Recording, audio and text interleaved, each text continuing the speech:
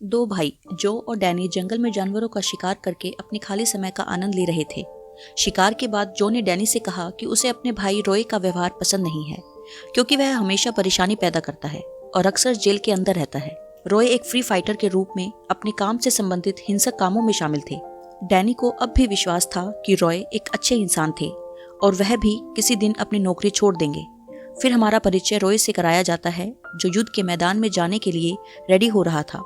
अपने भाइयों के विपरीत रॉय एक शांत और स्वतंत्र विचारों वाला व्यक्ति है। उसकी फाइट से 5 मिनट पहले उसने अभी भी अपनी गर्लफ्रेंड लिसा के साथ संबंध बनाने के लिए समय निकाला। भले ही उस रात उसकी फाइट देखने वाले लोग आ चुके थे और उसका इंतजार कर रहे थे। हमेशा की तरह रॉय, जो स्पेशल फोर्स में एक पूर्व सैनिक था, वो आसानी से अपने प्रतिद्वंदी पर काबू पा सकता था। वह अपनी गर्लफ्रेंड के पास लौटा और उसे एक और किस दिया, लेकिन उसका प्रतिद्वंदी वास्तव में हारा नहीं था और क्योंकि इस मैच में कोई नियम नहीं थे, उसका प्रतिद्वंदी खड़ा हो गया और स्थिति बदल दी। उसके अहंकार के कारण रॉय का बॉस जूलियन बहुत क्रोधित हुआ। फिर उसने अपने आदमियों को रॉय को $10 मिलियन का नुकसान पहुंचाने के लिए गिरफ्तार करने और पनिश करने का आदेश दिया। एक क्रूर माफिया लीडर जूलियन ने कहा कि पिछले 4 वर्षों से उसने कभी हार का सामना नहीं किया है। जूलियन ने कहा कि रॉय के परफॉर्मेंस में गिरावट आ गई है, क्योंकि वो अपनी गर्लफ्रेंड के साथ बहुत ज्यादा मस्ती कर रहा था, इसीलिए उसे सजा मिलनी ही थी। जूलियन ने उसके सामने ही उस गरीब महिला को मार डाला। बाद में जूलियन रॉय को किसी गोदाम पर ले गया, जहां उसने माइनिंग लैंड से प्राप्त कई किलो रेयर डायमंड्स छिपाए थे। जूलियन ने रॉय को उन हीरो को पॉइंट ए से पॉइंट बी ले जाने का आदेश दिया। यदि रॉय मिशन में सफल होता है तो उन्हें $1 मिलियन दिए जाएंगे। इस आकर्षक ऑफर ने रॉय को आश्चर्यचकित कर दिया। रॉय सोच रहा था कि जूलियन ने उसे क्यों चुना, जबकि उसके पास दर्जनों हथियारबंद लोग थे। इसके बाद जूलियन ने कारणों का खुलासा किया। उसका मानना था कि रॉय इस मिशन के लिए सही व्यक्ति है, क्योंकि उसके पास अच्छे ड्राइविंग स्किल्स हैं। इसके अलावा रॉय के 2 भाई भी हैं, जिनका बैकग्राउंड सैनिक है और वे उसकी मदद करने में सक्षम हैं। आखिरी वजह ये थी कि रॉय ने उन्हें बहुत बड़ा नुकसान पहुंचाया है। जूलियन ने रॉय को धमकी दी, अगर उसने काम से इनकार किया, वह उसके भाई जो, उसकी भाभी और उसकी भतीजी को मारने में संकोच नहीं करेगा। अभी भी उलझन में होते हुए रॉय ने जो को फोन किया। हालांकि जो अभी भी रॉय से परेशान था, उसने रॉय की कॉल का जवाब नहीं दिया। अगले दिन डैनी, जो अभी भी एक सैनिक के रूप में काम कर रहा था, कंफ्यूज था क्योंकि वह अपने भाई से कांटेक्ट नहीं कर सका। फिर डैनी ने जो से उसके घर पर मिलने का फैसला किया। जो के घर पहुंचकर उसने देखा कि उसका भाई अपने घोड़ों को दौड़ के लिए ट्रेन करने में व्यस्त है।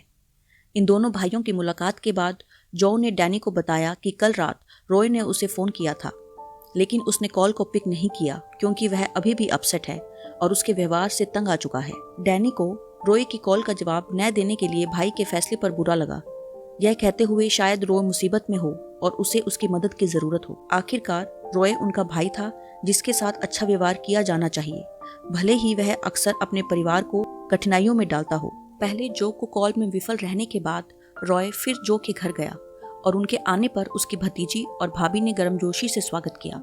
डैनी, जो उस समय भी वहीं था, जो के पास आया, जो अभी भी अपने घोड़ों की देखभाल में व्यस्त था। डैनी ने जो को बताया कि रॉय आया है और उसे उम्मीद है कि वे दोनों एक परिवार के जैसे मिलेंगे। लेकिन जो अपने भाई के नेचर के बारे में अच्छी तरह जानता था, वह तभी आता है जब वह मुसीबत में होता है। फिर रॉय ने जो का फार्म छोड़ने का फैसला किया और जाने से पहले उसने डैनी को अपने साथ चलने और अगले कुछ दिनों तक साथ रहने के लिए कहा। डैनी ने यह देखते हुए कि उन दोनों ने लंबे समय से एक दूसरे को नहीं देखा था, रॉय का सुझाव मान लिया। उन दोनों के जाने से पहले डैनी ने रॉय से पूछा कि वह वास्तव में बताए कि बात क्या है। अपनी यात्रा के दौरान रॉय ने बताया कि वह बड़ी मुसीबत में है।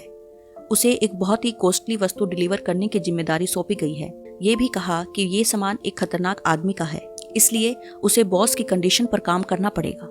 एक लंबी और थका देने वाली यात्रा के बाद रॉय डैनी को एक अंडरग्राउंड फाइटिंग के मैदान में ले गया, जो उसके दोस्त द्वारा चलाया जाता है। फिर उन्होंने 2 टॉप फाइटर्स के बीच एक रोमांचक लड़ाई देखी। बार्नी बॉय एक बिग ड्यूक नाम के एक विशाल व्यक्ति से लड़ रहा था। यह मैच बिना किसी महत्वपूर्ण लड़ाई के बिग ड्यूक ने जीत लिया। बिग ड्यूक द्वारा लड़ाई जीतने के बाद रॉय उसे चुनौती देने के लिए आगे आया। जैसे कि बाद में पता चला, रॉय ने पास्ट में फ्री स्टाइल रिंग में बिग ड्यूक को हराया था। अगले दिन रॉय और डैनी ने अपनी यात्रा जारी रखी।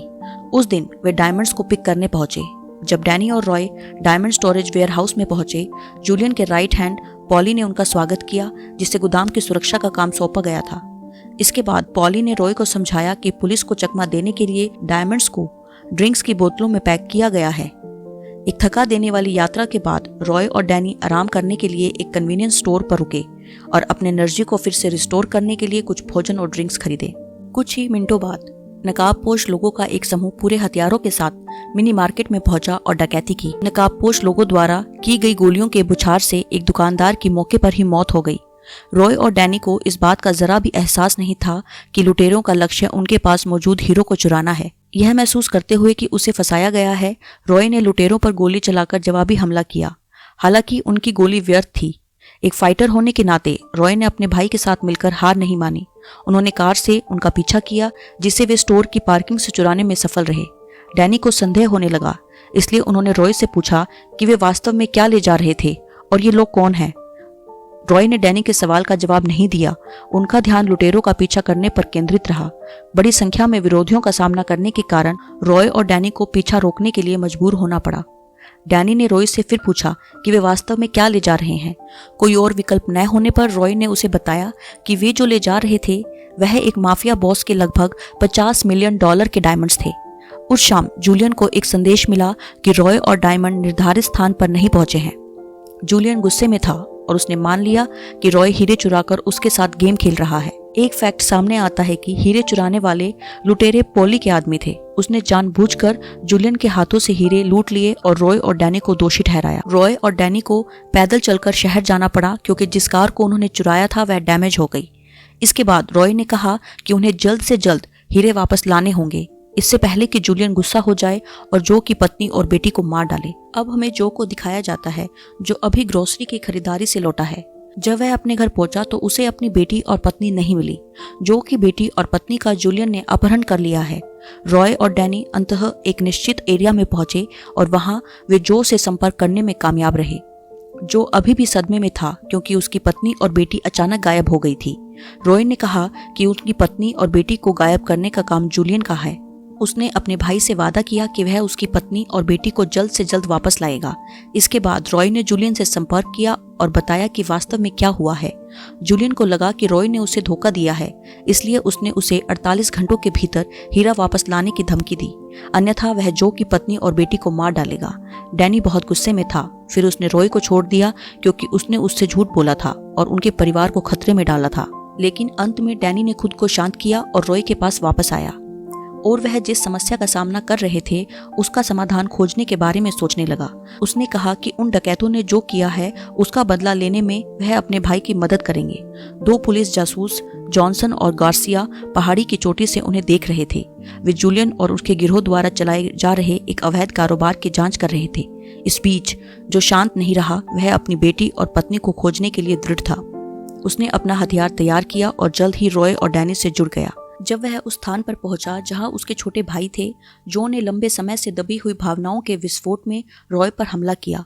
दूर से जॉनसन और गार्सिया उन्हें देखते रहे कि अब वे वास्तव में क्या करेंगे। उस दिन बाद में जूलियन ने रॉय को एक तस्वीर भेजी जिसमें जोई की पत्नी और बेटी को उसके द्वारा बंधक बनाए हुए दिखाया गया था। अब और समय बर्बाद नहीं करना चाहता था। जो की पत्नी और बेटी को बचाने के लिए रॉय अपने दोनों भाइयों को जूलियन के हेडक्वार्टर्स में ले गया। एक पूर्व सैनिक के रूप में जिसके पास घातक रणनीति और चालें हैं, जो ने तुरंत वहां मौजूद कई गार्डों को निपटा दिया। स्थिति सुरक्षित समझे जाने पर जॉय और रॉय बंधकों को छुड़ाने के लिए हेडक्वार्टर में दाखिल हुए, जबकि डैनी ने अपने दोनों भाइयों की गतिविधियों की सेफ्टी के लिए एक स्नाइपर के रूप में काम किया।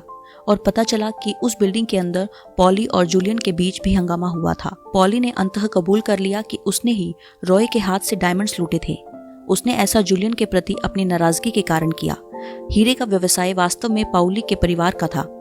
उसे लगा कि जूलियन, जो उसके चाचा का अडॉप्टेड सन था, बिजनेस का नेतृत्व करने के लिए अयोग्य था। बाहर के शोर शराबे से पॉली का ध्यान भटक गया और जूलियन ने पॉली को गिरा दिया। जो और जूलियन आखिरकार एक दूसरे के सामने थे और उन्होंने अपने हथियार उठाए, लेकिन उनके हथियारों में गोलियां खत्म हो गई, इसलिए उन्होंने हाथों से लड़ने का फैसला किया। जूलियन, जिसका शरीर बड़ा था, आसानी से जो को गिराने में सक्षम था। शुक्र है कुछ क्षण बाद रॉय अपने भाई की मदद के लिए आया। रॉय ने जूलियन पर बंदूक तान दी, लेकिन जूलियन के चिल्लाने की आवाज ने उसे डरा दिया। जूलियन ने मौके का फायदा उठाते हुए रॉय को पूरी तरह पीटा। इस बीच पॉली, जो फर्श पर लेटा हुआ था, फिर से उठा और उसने जो और जूलियन पर अपनी बंदूक से बार बार फायर किया। उसे यकीन था कि जो और जूलियन उसकी गोलियों से मर गए थे, इसलिए उसने अपने आदमियों को रॉय को ले जाने का आदेश दिया। इससे पहले कि वह यह जानता कि जो वास्तव में अभी भी जीवित है, अपने दोनों भाइयों से संपर्क टूटने के बाद डैनी ने बेस के अंदर जाने का फैसला किया। एक बार अंदर जाने पर उसने जो को देखा, जो अपने पहने हुए बुलेट प्रूफ जैकेट की बदौलत पॉली की गोलियों से बचने में कामयाब रहा। फिर वे पॉली के पीछे भागते हैं जो रॉय को अपने साथ ले गए हैं। इसके बाद डैनी ने सेना में जिमी नाम के अपने सहकर्मी को बुलाया और उन डकैतों को मारने के लिए आवश्यक हथियार लाने को कहा। हम पॉली को देखते हैं जो आर्म्ड फोर्सेस द्वारा सुरक्षित जगह पर पहुंच गया है और जहां जो की बेटी और पत्नी को बंधक बनाकर रखा गया है। पॉली ने रॉय को अपने सबसे अच्छे फाइटर से लड़ाया और कहा यदि रॉय उसके फाइटर के विरुद्ध जीतने में सफल हो जाता है तो वह जो की बेटी और पत्नी को रिहा कर देगा, लेकिन यदि रॉय हार गया तो उनकी जान नहीं बचा पाएगा। अपनी भतीजी और भाभी के जान की खातिर रॉय को पॉली के फाइटर्स का सामना करना होगा। चूंकि वह पहले ही थक चुका था, रॉय अपने प्रतिद्वंदी की ताकत का सामना करने में असमर्थ था। लगभग उसी समय डैनी, जो और जिमी पहले रॉय के सेलफोन को ट्रैक कर उस स्थान पर पहुंचे। दूर से डैनी एक स्नाइपर होने के नाते सीधे सिर पर गोली मारकर पॉली के 2 गार्डों को आसानी से खत्म कर देता है।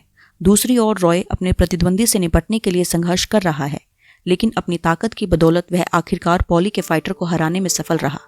साथ ही जो, डैनी और जिमी जो एक एक करके पॉली के आदमियों को खत्म करने में कामयाब रहे। अंत में जो अपनी बेटी और पत्नी को बचा लेता है। उसने पॉली को घेर लिया जो भागने वाला था। हालांकि जो उसे मारने ही वाला था कि उससे ठीक पहले पुलिस समय पर पहुंच गई। कुछ ही समय बाद FBI एजेंट पॉली को गिरफ्तार करने और उसके द्वारा चलाए जा रहे बिजनेस को बंद करने के लिए पहुंचे। एजेंट जॉनसन और गार्सिया ने FBI को अपराधियों को पकड़ने में मदद करने के लिए जो और उसके दोनों भाइयों को धन्यवाद दिया। कहानी के अंत में जो और रॉय का रिश्ता फिर से बेहतर हो गया। रॉय ने फ्री फाइटिंग छोड़ने का फैसला किया और जो उनके परिवार वाले खेतों की देखभाल करने के लिए मदद करने जा रहा है। Thanks for watching. Please like, share and subscribe for more videos like this.